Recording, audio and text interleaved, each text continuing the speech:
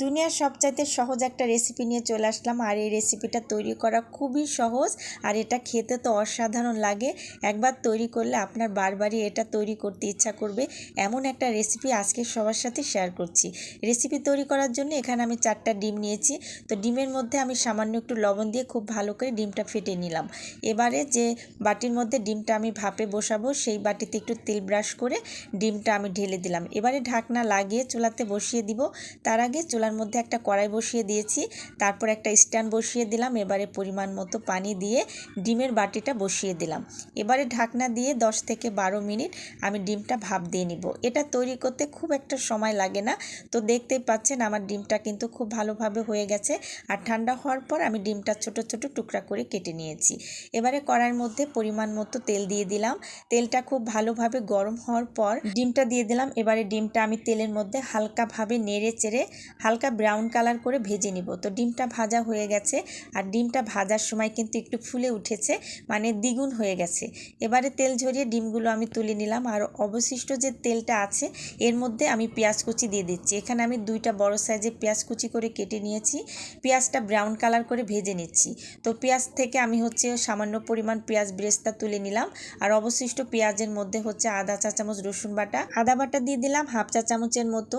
আদা রসুনটা একটু ভালো করে নেড়ে চেড়ে একটু ভেজে নিলাম, যাতে আদা রসুনের কোনো গন্ধ না থাকে। এবারে পেঁয়াজ আর বাদামের একটা পেস্ট করে রেখেছিলাম, সেটা দিয়ে দিলাম।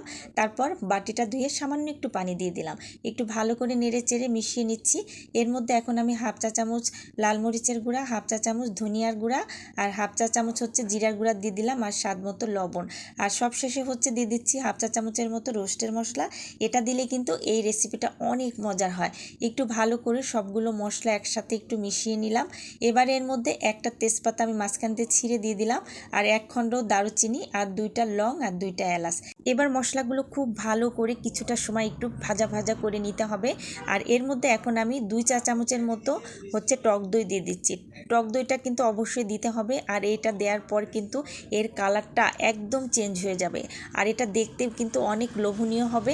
তো একটু ভালো করে নেড়ে চেড়ে যখন মশলা থেকে তেল ছেড়ে দিবে তখন ডিমটা দিয়ে দেবো। ডিমটা দেওয়ার পর মশলার সাথে ডিমটা খুব ভালো করে কিছুটা সময় কষিয়ে নিতে হবে। খুব ভালো মতো কষানো হয়ে গেলে এর মধ্যে এখন আমি পানির পরিবর্তে আমি হাফ কাপের একটু বেশি দুধ দিয়ে দিলাম।